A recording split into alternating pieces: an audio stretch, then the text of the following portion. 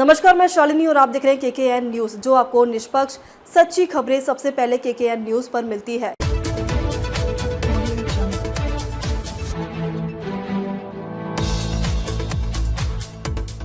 खतरनाक मोड़ पर पहुंची जंग। ईरान ने इसराइल पर दागी क्लस्टर मिसाइलें, हिजबुल्लाह का भी मिला साथ।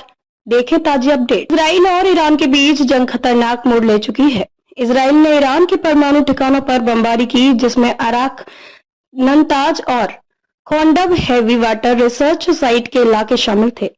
ईरान ने इसराइल पर जवाबी कार्रवाई में मिसाइलें दांगी। ईरान का कहना है कि उसने अभी अपनी 30% सैन्य ताकत का ही इस्तेमाल किया है।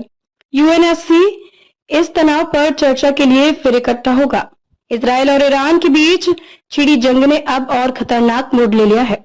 8 दिन पहले शुरू हुए इस संघर्ष में दोनों मुल्क एक दूसरे पर भारी हमले कर रहे थे।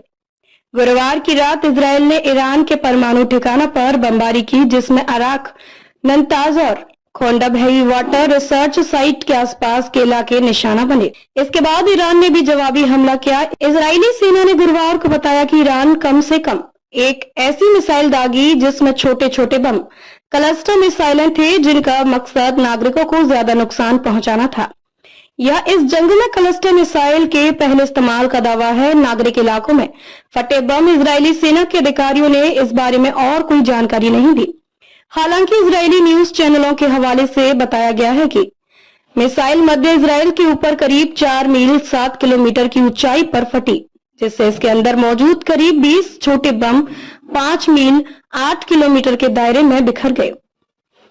यह हमला दोनों मुल्कों के बीच बढ़ते तनाव को और गंभीर बनाता है, क्योंकि क्लस्टर मुनीशन का इस्तेमाल अंतर्राष्ट्रीय स्तर पर विवादास्पद माना जाता है। न्यूज एजेंसी ISNA के मुताबिक ये इलाके ईरान के परमाणु कार्यक्रम का अहम हिस्सा है। दूसरी तरफ लेबनान की हिजबुल्लाह ने ईरान का खुलकर समर्थन किया है।